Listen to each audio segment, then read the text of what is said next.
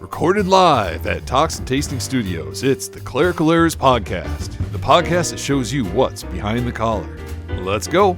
From the Talks and Tastings Studios, this is the Clerical Errors Podcast, the podcast that shows you what's behind the collar. This is Bullhagen. This is Berg.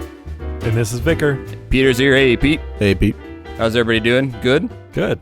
So we are recording on the day before the Declaration of Independence was ratified. So, right. You know, Happy Independence Day. Happy Independence Day, or as most people know, the 4th of July. I only live about an hour and a half from Independence Rock, which was a big deal on the Oregon Trail because you wanted to reach that rock by the 4th so you could get through the passes before the snow hit. And a lot of people have carved their names into the rock. It's pretty cool. Pretty interesting thing. So, how far away is that from you? About an hour and a half. Nice. We should do a road trip. Yeah. You should do a road trip. Yeah, road trips you were telling amazing. me beforehand that I need to come out and see you. I should, yeah. Yeah, you should. On the road. It's pretty rad. Swing by and see a 15.0 while I'm at it. Right, Yeah, exactly. Well, actually, you go right by it. You go right through his town to come the beautiful way if you take 80. So right through Rollins. Right through lovely, lovely Rollins.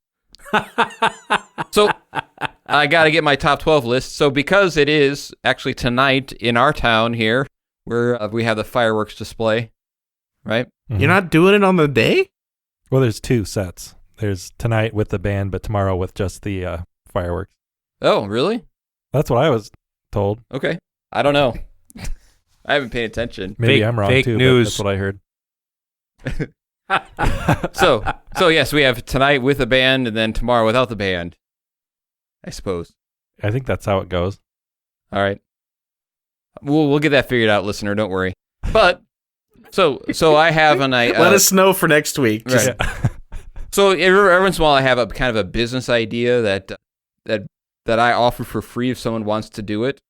And it used to be more popular. It is less so now. Of having we're a Christian company.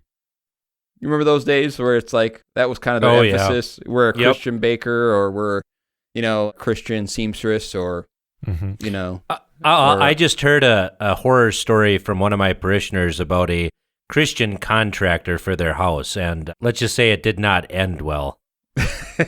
So what I have here is, being Independence time, this is my idea. If someone wants to start a Christian Bible-based fireworks company, I think it'll catch on. I have names for their various products, fireworks products, for a biblical Christian fireworks company. Make sense? I'm smelling what you're stepping in. All right. Peter? Peter, play the intro. Enough nonsense. It's time for Bullhagen's Top 12. Number 12. Rainbow Reclamation. Number 11. Abraham's Offspring. Number 10. Let There Be Light. Number 9. Pillar of Fire. Number 8. Jericho's Fall. Number 7. Elijah's Altar. Number 6. Jacob's Ladder. Number 5. The Bridegroom's Return. Number 4. Transfiguration Mountain. Number 3. The Shepherd's Surprise. Number 2. Sinai Smoke. Number 1. Judgment Day. Honorable Mention, River of Blood, The Wise Virgin, Fallen Angels, The People Say Peace and Safety, The Tree of Life, and the fourth one, In the Furnace. And those who did not make the list, Balaam's Donkey, Ablaze, Hide It Under a Bush, Oh No, The Burning Bush, Solomon's Concubines, Samuel's Whisper, and The Second Baptism. Nice. Good work. You got any favorites? I thought Solomon's Concubine was pretty funny. I kind of like Abraham's Offspring, the stars in the sky. That was actually the one I was going to go with. It's like, that's like at the end of, that's like the climax of the show, right? Just. Right. I kind of like one of the honorable mentions that people say peace and safety. Yeah, that was funny. Yeah. That one was pretty good, too. Well, shepherd's surprise sounds kind of, fun, too. Yeah, that's a reference to the angel or the shepherds keeping over their flocks by night. Oh, and the angels coming to them? Yeah. Okay. Imagine that light show. Is there any I'm missing here? Any events that maybe would deserve a fireworks display? All right, moving on. I mean, I feel like it already exists, but throw in the Hail Mary, right? You said Christian, not Lutheran. Did you have anything in there about Sodom? Oh, you know what? Actually, Vicar, I have that, but I changed it. I forgot to add it out. I forgot to add it. Yes, because I saw Sodom and Gomorrah seemed kind of plain. Of course, I lost focus. I got another idea, and I didn't come back to it. But I was thinking maybe "Don't Look Back," something like that. Right. But don't turn around. But maybe just Sodom and Gomorrah would be. Right? Yeah. Right. Or the blazing sword. There you go. That was placed in front of Eden. Yeah. But there was a lot to pick from, if you think about it. I also left off like Pentecost, something like that. Pillars of fire. I think Elijah's altar was pretty cool. Yeah, I thought you did a good job. Good work. Yeah. All right. So someone can take that and run with it. Vicar, what am I preaching on? You are preaching on the Gospel according to St. Matthew, the 5th chapter. It's the Sermon on the Mount, where Jesus says, "Do not think that I have come to abolish the law or the prophets. I have not come to abolish them, but to fulfill them. For truly I say to you, until heaven and earth pass away, not an iota, not a dot, will pass from the law until all is accomplished. Therefore, whoever relaxes one of the least of these commandments and teaches others to do the same will be called least in the kingdom of heaven. But whoever does them and teaches them will be called great in the kingdom of heaven. For I tell you, unless your righteousness exceeds that of the scribes and Pharisees, you will never enter the kingdom of heaven. You have heard that it was said to those of old, 'You shall not murder,' and whoever murders will be liable to judgment.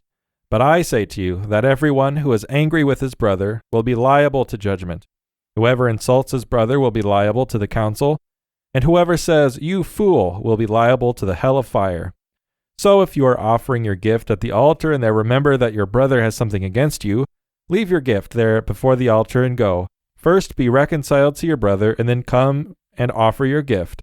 Come to terms quickly with your accuser while you are going with him to court, lest your accuser hand you over to the judge, and the judge to the guard, and you be put in prison. Truly I say to you, you will never get out until you have paid the last penny." So there's a lot there, isn't there? Oh, yeah. So I'm kind of, my ADHD kicks in, and I don't know where to begin. Where should I begin? Where should we begin, Berg? I think the first thing you could tackle here is verse 17 and 18. "Do not think that I came to destroy the law and the prophets. I did not come to destroy, but to fulfill." I mean, the only reason you say that is because people are saying that you're destroying the law of Moses. Right. You don't just come out and say, I'm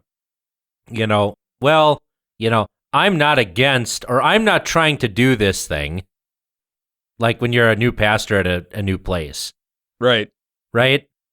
Yeah. Which is why I think the Sermon on the Mount is not simply, chronologically the first sermons that he's preaching, but this is the sermon that he preached in different ways throughout his ministry. Because there's a polemic here. He comes out swinging. He comes out swinging against those who will accuse his followers, especially Stephen and St. Paul, of destroying the law. Mm-hmm. He is responding to the charge of antinomianism, of being against the law.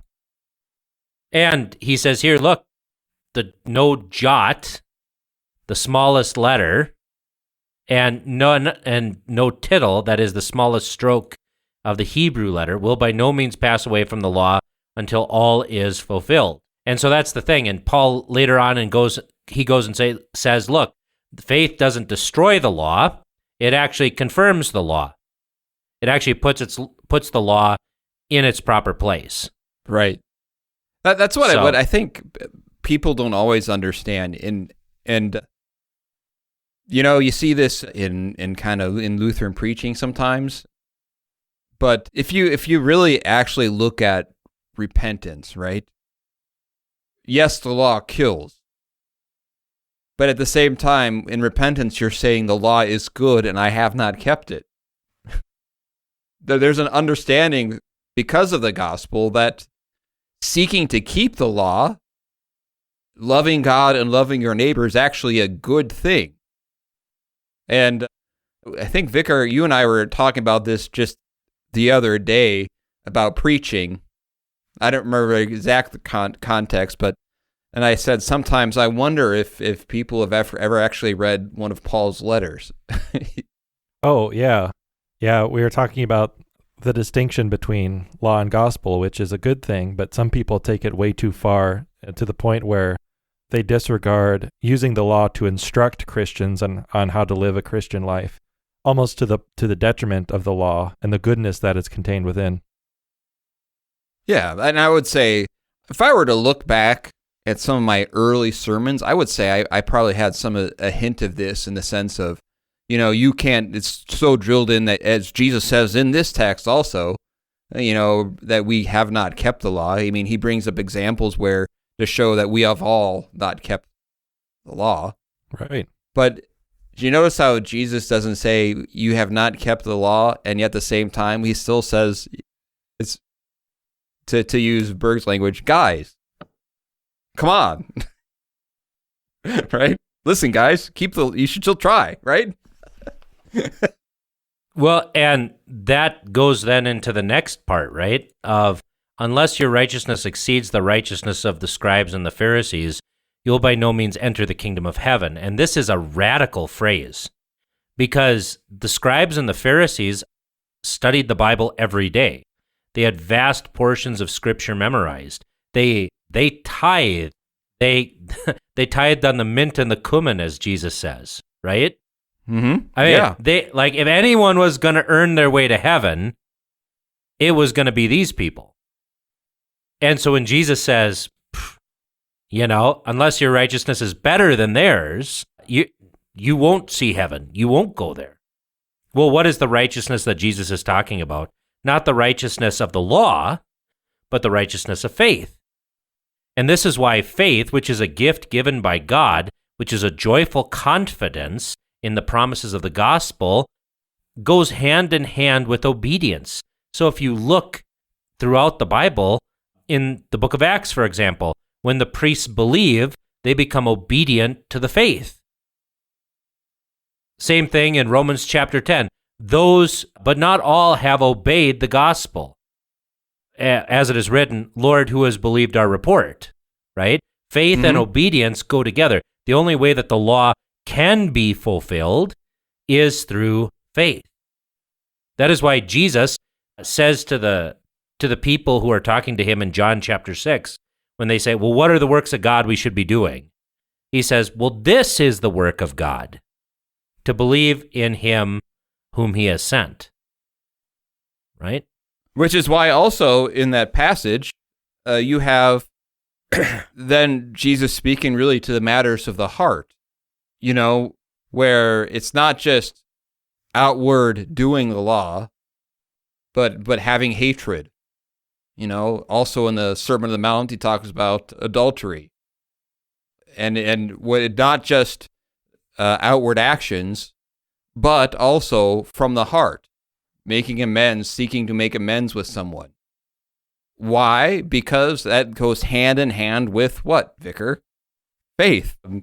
And isn't it so great how Jesus makes the distinction between sin and crime here? Yeah. Like, look, if you murder a dude, you're going to go before judgment. You're liable for judgment. But I say to you, if you're angry at your brother without a cause, you're in danger of hellfire. If you slander a dude, you're going to be liable, to the council. But anyone who says you fool shall also be in danger of hellfire. That there is a distinction between sins and crimes. We often have this trite way of saying, well, all sins are the same. Right. That's not necessarily true. What people mean by that is that all sins damn.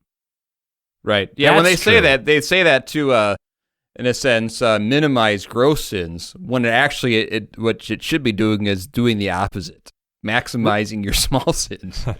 Right. I mean, like, if I'm angry at my brother without a cause, I can just harbor that in my heart. Nobody even needs to know about it save God, and that will still send me to hell.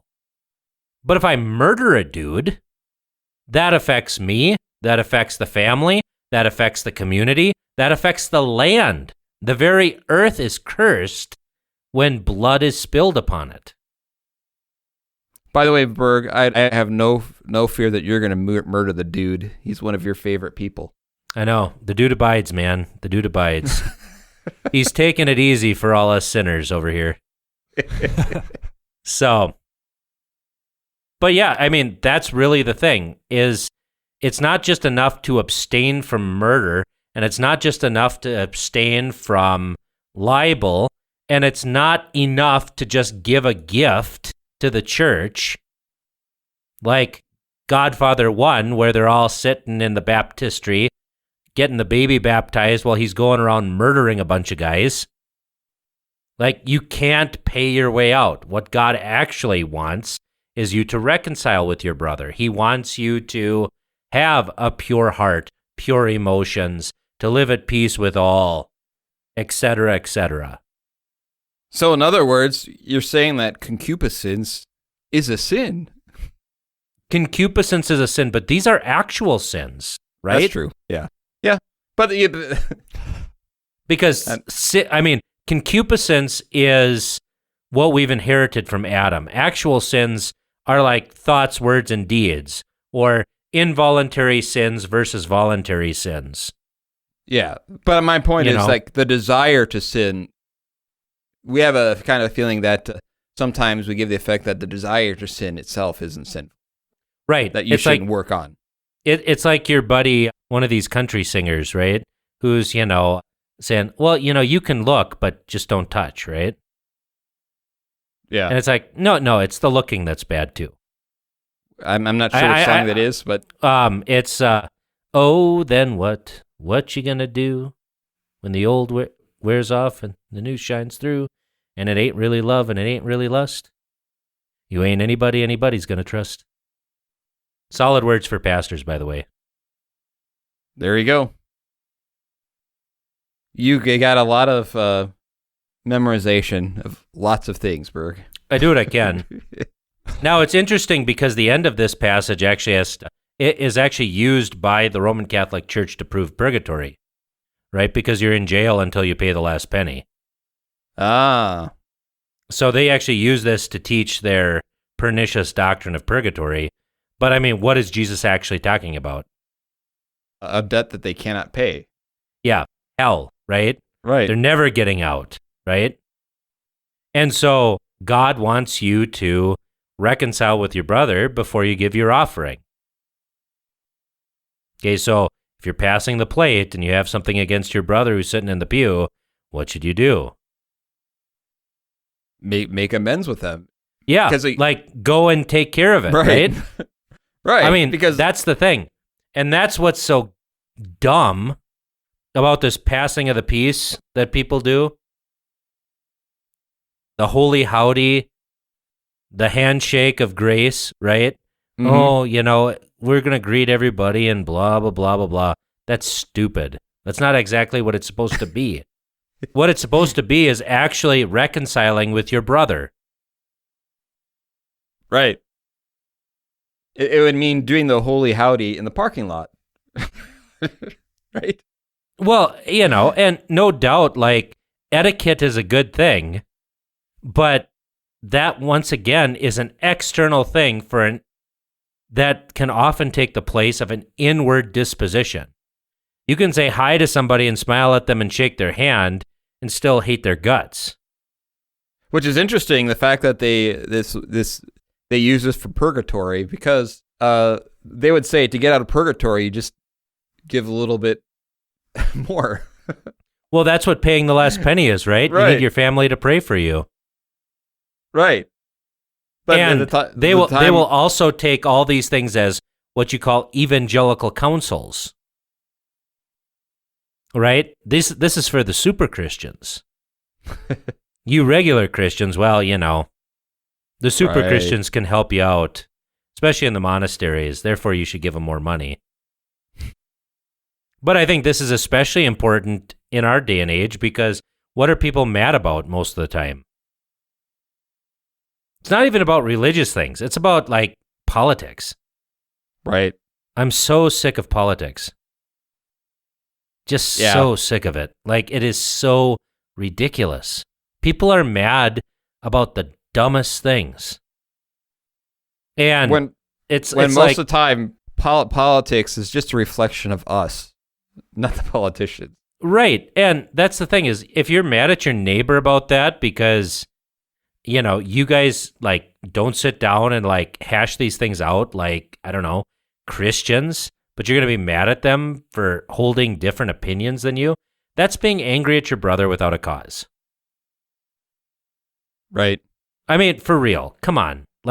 We should actually show ourselves to be affectionate and also interested in what our neighbors think, because perhaps they've been deceived. Perhaps they have some points. Perhaps there are things in their thinking that are messed up, but the premise is okay. As the listener who listens a lot would say, perhaps you have something you need to learn.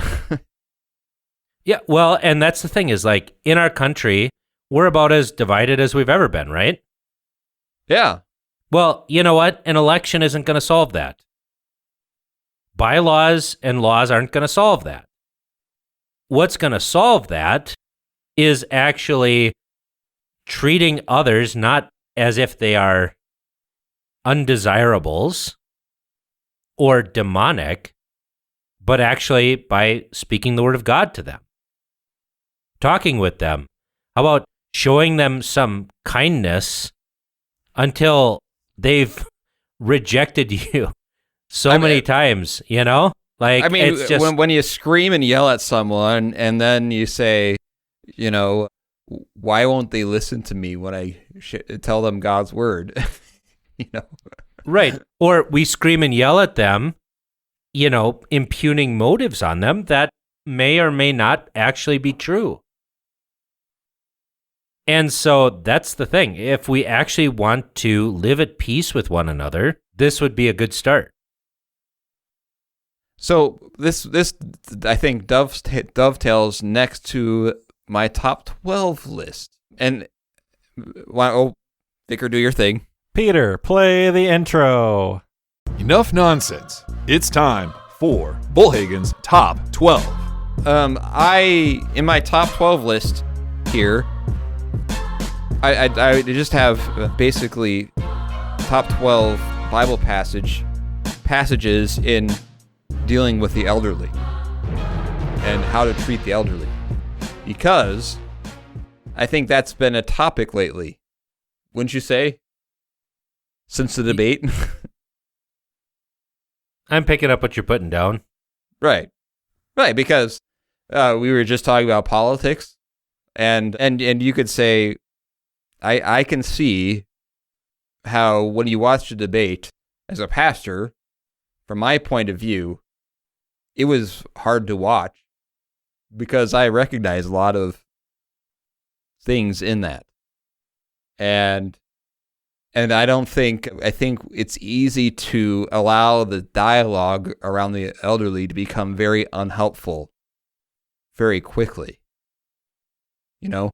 When I deal with most people in President Biden's situation as a pastor, how do I treat that? With compassion. And I really don't know. I mean, he has some free will in this, but it seems like if you were caring for him at all, how would you let this continue? You know what I'm saying?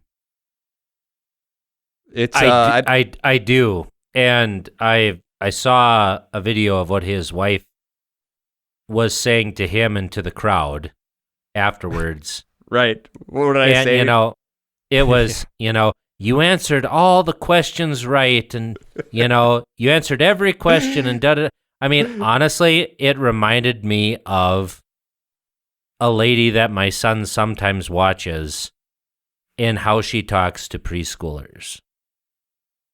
Vicar, how did I describe it? You said it sounded like the pep talks you give to your vicars. Good job, Vicar. You answered all the questions. But I think we're placed in a position now where, well, I mean, part of politics is you do vote, right? But I think we're learning, and people are learning some attitudes, not of compassion at all, but you're placed in a position where your people are rooting for him to fail and to be humiliated and in a way that he may not even understand any of those things. Like every pastor will tell you, they recognize that blank stare. We've seen it all the time. You know what I mean? Yeah, I know exactly what you mean. And it's the whole situation is quite sad from that point of view. And I can understand when people say, well, this is his life. Like this is, he's kind of in a sense reaping what he sowed. Right. And I can certainly understand that, but is that a gracious way to deal with it? And when I hear just jokes and jokes and jokes about how old he is and how feeble he is, and my fear is that it's going to lead just a general negative attitude towards the elderly, which is unhelpful. Well, not just towards the elderly, but the government in general. Yeah. And you kind of saw this, was it about 5 years ago or so, with the whole OK Boomer? Oh, that's right, thing. yeah. Right. See, you don't even have to be aged to be made fun of in today's culture. That's true. What are you? Are you Gen X, Bullhagen? Yeah, I would be considered Gen X. Yeah, you're like early Gen X. Yeah. I'm not well versed in what everyone is, so, but I am a Gen Xer. I know you take pride in that. That's why he likes cake so much. Amen. All right, should we get to it? Yeah, so these are top 12, just some verses and passages on helping us understand and how to deal with the elderly. So, Vicar, I forgot to. You have a Bible? You want to look these up? A couple of these up. Why don't I get a real Bible? Because it's okay. All right. Vicar's gonna get a real Bible. Yeah. You know what I mean, though, about the piling on and that kind of thing? Yeah. Anyway. I think it has to do with factions, and George Washington in his farewell address actually talks about this. And I think really that is a big deal here today, where he says, toward the preservation of your government and the primacy of your present happy state, it is requisite not only that you steadily discountenance irregular oppositions to its acknowledged authority, but also that you resist with care the spirit of innovation upon its principles, however specious the pretexts. One method of assault may be to effect in the forms of the Constitution alterations which will impair the energy of the system, and thus to undermine which cannot be directly overthrown. In all the changes to which you may be invited, remember that time and habit are at least as necessary to fix the true character of governments as of other human institutions, that experience is the surest standard by which to test the real tendency of the existing constitution of a country, that facility in changes, upon the credit of mere hypothesis and opinion, exposes to perpetual change from the endless variety of hypothesis and opinion. And remember, especially, that for the efficient management of your common interests in a country so extensive as ours, a government of as much vigor as is consistent with the perfect security of liberty is indispensable. Liberty itself will find in such a government, with powers properly distributed and adjusted, its surest guardian. It is indeed little else than a name, where the government is too feeble to withstand the enterprises of faction, to confine each member of the society within the limits prescribed by the laws, and to maintain all in the secure and tranquil enjoyment of the rights of person and property. I have already intimated to you the danger of parties in the state, with particular reference to the founding of them on geographical discrimination. Let me now take a more comprehensive view and warn you in the most solemn manner against the baneful effects of the spirit of party generally. This spirit, unfortunately, is inseparable from our nature, having its root in the strongest passions of the human mind. It exists under different shapes in all governments, more or less stifled, controlled, or repressed, but in those of the popular form, it is seen in its greatest rankness and is truly their worst enemy. So, factionalism or party spirit is really what is driving this abuse of the elderly. Because everything's kind of funneled into these two directions. And it is inseparable from our human nature. We want to form parties. And Right. St. Paul warns us against this, right? Yeah, I can say this being a circuit visitor and then knowing a lot of different congregation situations from that and from talking to other pastors all over the country and other vicars is what happens if there's a disagreement in the church. What's the first thing you do? You make factions. Whose side are you on? And it eliminates any kind of idea of honest discussion and nuance. Mm-hmm. And wasn't this the problem with the Corinthian congregation? Yeah. Factionalism. Yeah. Over persons or that sort of thing. We should all be united, right? And we Right. can and this is true in the church, but it's also true in the nation that, as John C. Calhoun wrote, we are a compact of states bound together by affection and mutual self-interest. And the real hard thing is to balance the interests of the common good with the interests of the individual or the region. Right.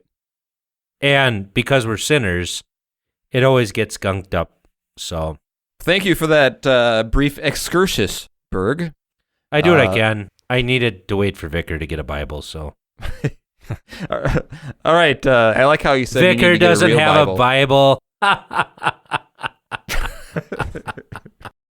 Number 12. All right. Isaiah 46, verse 4. Even to your old age I am he, and to gray hairs I will carry you. I have made, and I will bear. I will carry, and will save. So in that passage, we have an explanation of God doing his work, right? Right. And part of his considered work is caring for the elderly. So how exactly does he care? Well, this obviously is a reference to, later. Mm-hmm. But also you can say that as you think of what God does in caring for the elderly, how does he do that? He does that through us. Number 11. Leviticus 19, verse 32. You shall stand up before the gray hair and honor. Excuse me. Let me start that again. You shall stand up before the gray head and honor the face of an old man, and you shall fear your God. I am the Lord. So honoring... Vicar, how would you give an explanation of that? Well, this is just honoring your mother and father. Those who are, generally here it's just the elderly, but I think really it connects to the fourth commandment with all those who are before you, right, in positions of authority.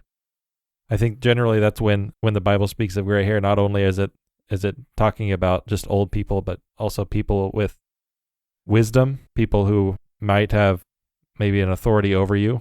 I don't know, maybe I'm off on that, but Yeah, and I would say too, part of honoring them is also caring for them. Right.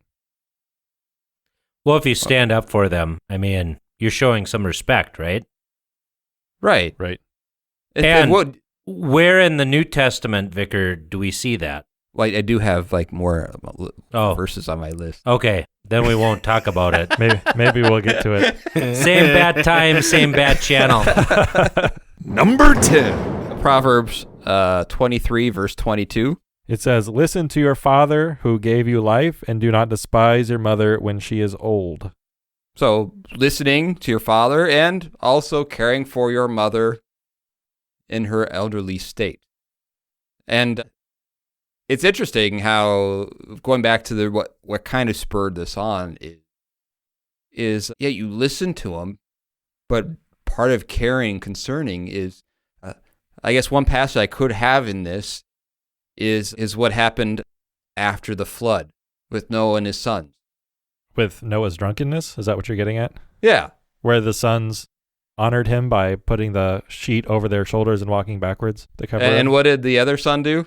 He laughed at him. And now you could say, well, we could talk about drunkenness, where your mind isn't working properly.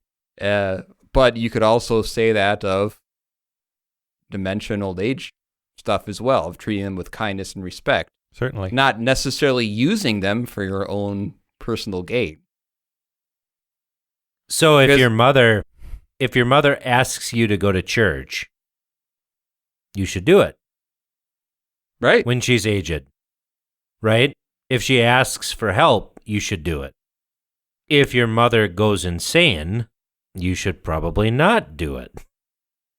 Right.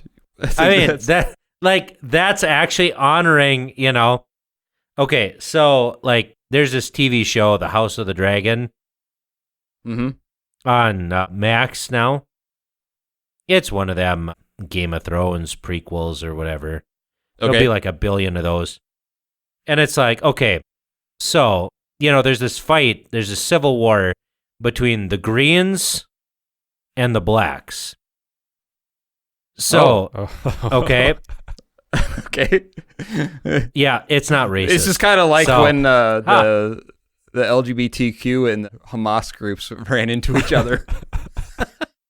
Not at all. That is not even remotely right. But it's like, okay, so the king doesn't appoint the one son to the kingship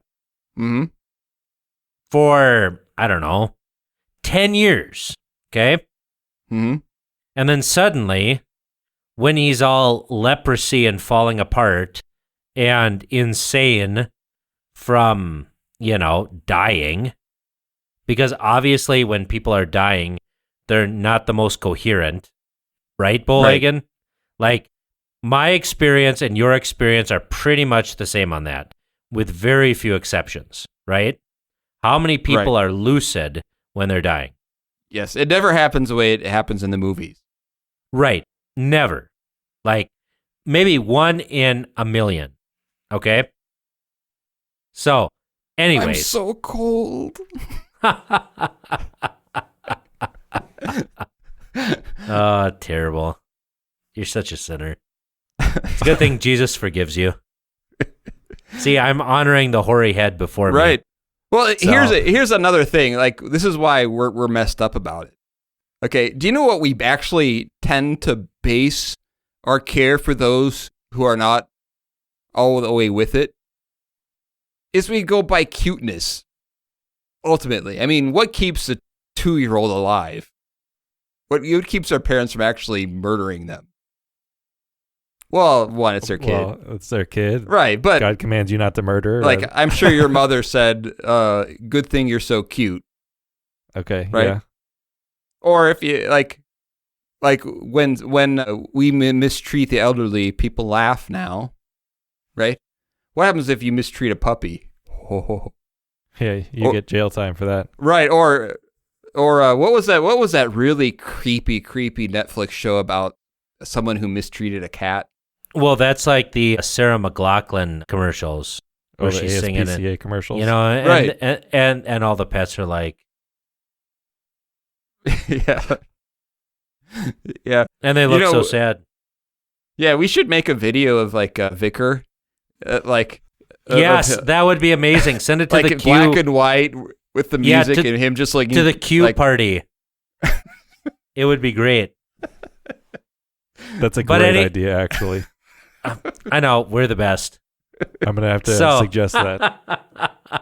But Right. anyway, but this happens in nursing homes too. I can't tell you the last time I was in a nursing home visiting somebody, the nurse treated her like she was 4 years old. I don't even treat my son that way. Yeah. Like it was babyish. And these are people who deserve respect. And you treat them like they're babies. Yeah. I just like, it's heartrending. It's heartrending to see because, like, I just saw this and it's like, lady, come on, give this woman some respect. And she doesn't even have dementia, you know? Like, Right. she's an old lady and she doesn't need to be talked to that way. And even if they're older and salty, right? Right. Right. That's not an excuse Yeah. to be rude to them. Right. Because I mean that's part of aging too. Sometimes you just can't let things go necessarily. Mm-hmm. You know. Well, and that I would argue is showing contempt towards them because you are treating them less than what they are. Number 9. Psalm 90 verse 12. So teach us to number our days that we may get a heart of wisdom. Okay, heart of wisdom. You know, there is wisdom in the elderly, and sometimes I would say because they might lose some of their faculties, it is a chance to ignore the other wisdom that they have. I mean, don't pastors see this all the time, really? I think when we see of what's going on in churches, and a lot of churches kind of feeling like they're losing their heart, you know, the biggest thing that has happened that kind of made a lot of churches seem a little more aimless, so to speak, is who have we lost in the last 25 years? Like who are the ones that are paying the bills ultimately? Right. You know, who are the ones who desire to be at church the most? Who is it that makes sure that they're at everything? You know, and then, you know, you see that all the time. I think the church is right now reeling from the fact that we had a couple of good generations that in the last 25 years who have gone to be with Christ that are sorely missed right now. Wouldn't you say this, Berg? Yeah, but that's the way it works in the sinful world. Yeah. And part of it is like, you gotta like pass it on Right. and train up the next generation to take, stock. Yeah. Because that's what I've seen is just people not wanting to let it go. Yeah, that's true of where not wanting the younger generation to come in sometimes. That happens. That happens, and I don't know. It's a messed up thing. It's like, yeah, I feel for some of these folks, but a lot of them, like when I was, so I'll be celebrating my 11th year in the ministry Woohoo! on August 4th, right? And during that, there was a lady that told my mom how to wash the lettuce. Okay. So, I mean, you're talking about a lady who is in her 50s, and you have a 80-year-old telling her how to wash the lettuce. It's like, come on. Yeah. Don't be a tool. I mean, come on. Like, But we are tools, Berg. Yes. In the bad sense. Flashback. In the modern sense. How about that? Number 8. James 1, verse 27. Religion that is pure and undefiled before God the Father is this, to visit orphans and widows in their affliction, and to keep oneself unstained from the world. All right. So how does this apply, Vicar? Well, it directly addresses how you should, treat the widows, right, the elderly among you, Mm-hmm. and that to be a Christian, you should actually have honor and respect for the elderly. Yeah, we're caring for both the orphan and the widows, people who are going to have trouble taking care of themselves, right? Right. And I think this fully falls right in with our gospel lesson that we just talked about. You know, if you talk about caring for others, and when Jesus talked about before you give money, right? Right. Go make amends. Also, then care for those who are among you are the widowed and the orphan. Number 7. John 19:25. But standing by the cross of Jesus were his mother and his mother's sister, Mary, the wife of Clopas, and Mary Magdalene. Keep on. When Jesus saw his mother and the disciple whom he loved standing nearby, he said to his mother, "Woman, behold your son." Then he said to the disciple, "Behold your mother." And from that hour the disciple took her to his own home. So I wouldn't necessarily call Mary at this point necessarily elderly. She's probably at this point the same age as my lovely wife. Yeah, probably. But at the same time, what does Jesus do as a son? Make sure his mother is cared for, taken care of, right? Semper Virgo. So, right. Do you think that's going on right now with Joe Biden? They're making sure he's cared for? Really? It doesn't seem like it. Number 6. Luke 7, this is going to be too long to read, but I was thinking of here Jesus raising the son at Nain. Oh, okay. Make him read the whole thing. Is it a long chapter? Probably is. Jesus goes to a widow who's crying and says, "Don't weep," and then raises her son from the dead. That's a full page and a half The right end. there. Yeah. This is Bert's favorite because TLDR. it mentions the beer. Yeah. Ha! Can't drink beer anymore. Maybe in the resurrection of the just. Oh, you can't? Nope, I can, but then I suffer for it later. Oh. Hmm. Yeah. But the whole point is Concupiscence. Jesus showing care for the mother by raising the son. Number 5. 1 Timothy 5, verse 1. And you could really read a lot of this chapter in dealing with the elderly. Do not rebuke an older man, but encourage him as you would a father, younger men as brothers, older women as mothers, younger women as sisters, in all purity. And later in the passage too, we'll get to actually that, but there's lots of words in this passage about just showing care for the elderly and out of love for them. Number 4. Luke 2, the examples of Anna and Simeon, examples of how in their old age and weakness, how they continued to hold to God's word and the promises that he gave. See, I think Simeon was only like 35. It doesn't mention Anna? his age. Okay. She was old, but you know. Yeah, because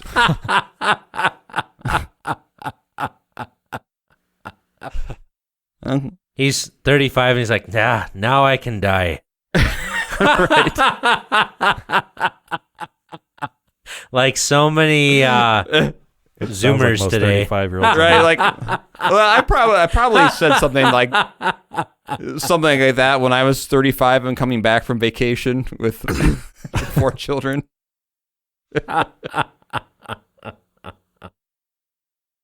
Yeah, but the examples of faith and how much they and their at least Anna in her elderly state was honored and respected. Number 3. Proverbs 17:6. Grandchildren are the crown of the aged, and the glory of children is their fathers.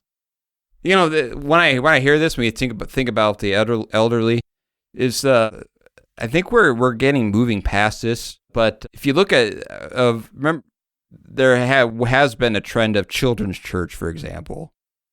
Yeah. Or where worship being, okay, we have this contemporary service, and then we have the traditional service, which we keep to keep the old folks happy or something like that. Right. You know? But I think here it speaks to the importance of generations. And I think one thing that we see with this elderly thing is I think a lot is lost in our mobile society at this point. Yep. Mm-hmm. You know, I feel this with my parents being in Florida and I'm in Iowa, for example. Mm-hmm. Or So why are you still in Iowa? well, this is where my call is.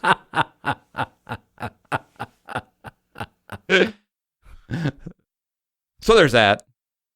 Well, why don't you have you and Peter, like, you take a call down to Florida, have Peter move down there.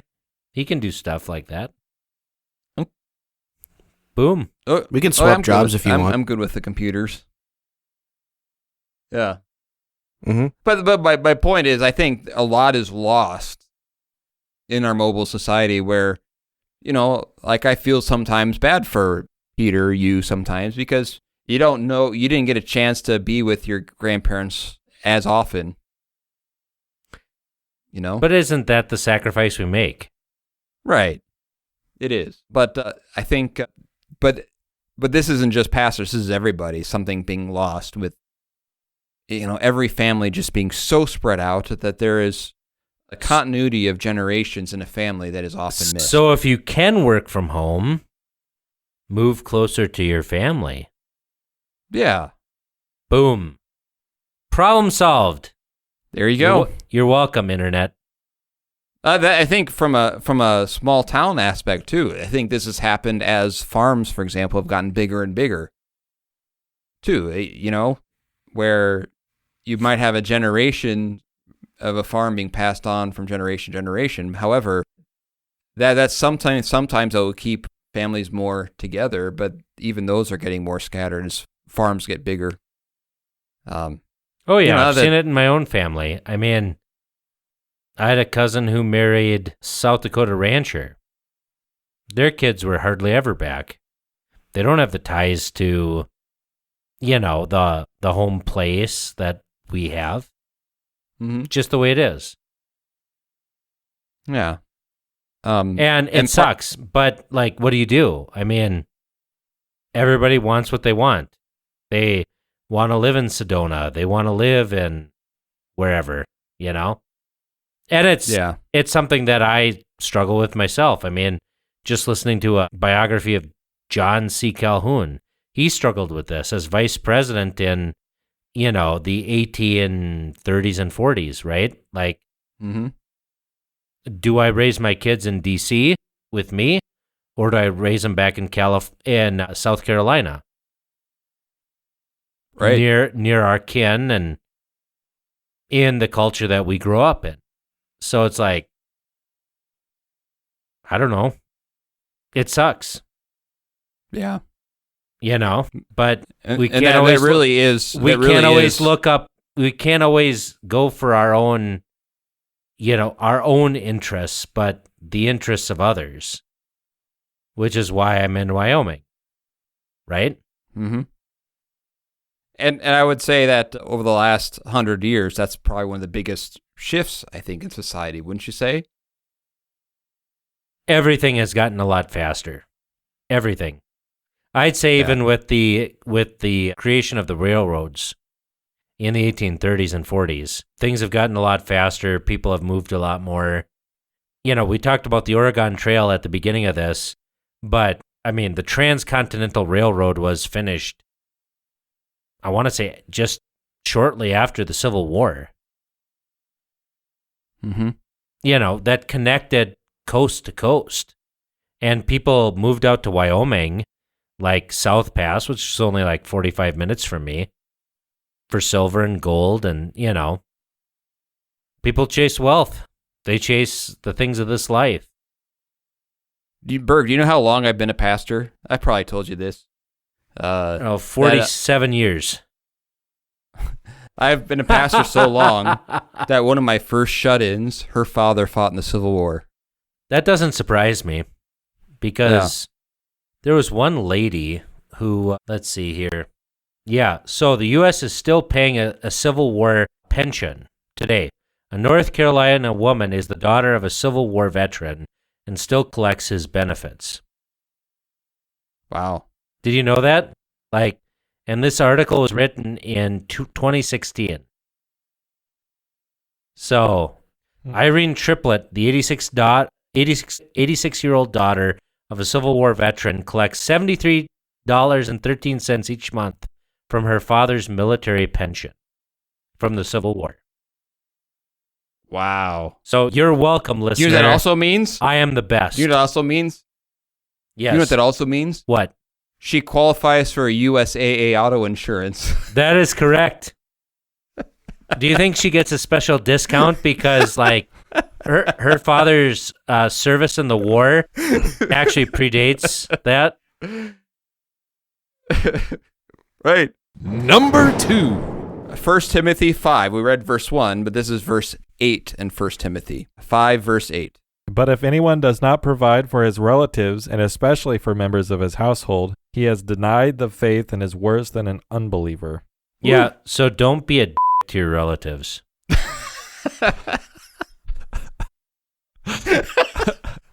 I mean, what else can you say? Help them. Right. Right, and that obviously that includes the elderly. Yes. Because a lot of that passage is taking care of them in 1 Timothy verse 5. Because Timothy is a young guy. And number 1. Anybody guesses what number 1 is? John 3:16. No. Oh, okay. I don't know. Exodus 20. Honor thy father and mother. Yes. That is Boom! correct. Honor your father and mother. So close. There you go. Well, and So that that it may be doesn't well just- with thee, and thou mayest live long in the land that the Lord thy God has given thee. So you know what? If you don't piss off your parents, you get an inheritance. See, it even it'll- works if you don't believe in it. If you don't have Right. faith and you follow the 10 Commandments, your life is going to be pretty good on earth. Your eternity is going to suck, but your life on earth is going to be pretty good. So I also then, I have an interesting take then to kind of shift a little bit, okay? Womp, womp, All right. womp. So one thing that I think a lot of pastors deal with is, so in this, with the first commandment, honor your father and mother, we've included not only to obey them, obviously, but also then to care for them in their old age, right? Help them and help the elderly, That correct? is correct. So they have a calling from God to care for their father or mother, correct? I would say yes. What does that mean for the elderly? How about you actually accept So- help? Right. What does it say to the elderly when the kids say, perhaps you shouldn't be driving? See, if you would have used mayhap, you shouldn't be driving.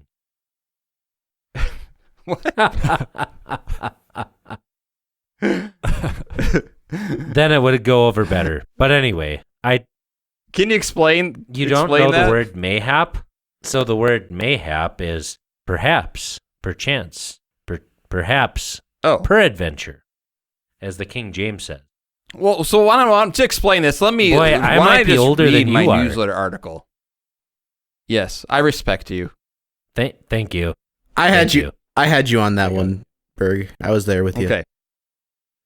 Or So peradventure. I have this. Come on. We're talking about old people, so So I I'm going have to talk archaic. You got to use the King's English. Aye, Captain. I'm being relevant to my demographic here. That could be the title of the episode. Isn't that pretty lame? I tried to speak archaic back, and I just come back with aye, Captain. Oh, well. So I'll just read my article. We're going off the rails, which is probably when we're at our best, okay? Parents have a calling. They have a calling to care for their children. Acting as God's representative, they teach their children, they feed and clothe their children. Because parents have the special calling, children have a calling to honor their father and mother, to obey and respect them, knowing that their parents love them, watch out for them, and do all they can to keep them well. As children grow and become more independent, honoring their father and mother changes. It means continuing to respect their father and mother, but at the same time, there are many decisions they make independently. As time goes by, the calling by God to honor their father and mother is to give their father and mother help in their time of need. In a beautiful way, sons and daughters give back to their parents what their parents gave to them. They take what their parents taught in loving them and give it back to them in their time of need. In this instance, to honor your father and mother means to watch over them, care for them, see things for them they cannot see, especially in times of elderly weakness. This is a calling sons and daughters have from God. Sometimes when we get older, we don't move like we once could. Our mind or memory may not work as they once did. And although we may wish to be more independent, we need help. God has given people in your life a calling to care for you. The fourth commandment then also teaches to honor and respect those God has called to care for you, knowing that they love you and truly want what's best for you. They want to give you the same love and protection you gave to them. Not only sons and daughters, but nieces and nephews, friends and helpers. God gave the fourth commandment so we can receive the care we need and to honor and respect those who provide that care. It may be hard to accept sometimes, yet it remains a blessing to care for one another and to be cared for by those who love us. So that's what I guess I'm trying to say is that sometimes in those situations, I do think it becomes a fourth commandment issue to help elderly understand the care that they need. And like, especially for the civil government, which is kind of what spurred this on, right? And we can see this in the Book of Concord, fourth commandment in the Large Catechism. The same also may be said of obedience to civil government, which, as we have said, is all embraced in the estate of fatherhood and extends farthest of all relations. All right. Well, I think that's a good way to end this discussion. Because we are the best. And I'm going to go, blow some things up now. All right. What are you? Well, you have a particular name for blowing something up that you want to use? Is it going to be Abraham's offspring, Pillar of Fire, Jericho's fall, Jacob's ladder, the bridegroom returns? The people say it might peace be and sparkling safety. seraphim as I light a marshmallow on fire. There you go. There you go. Or the coal from Isaiah's There we go. altar. All right.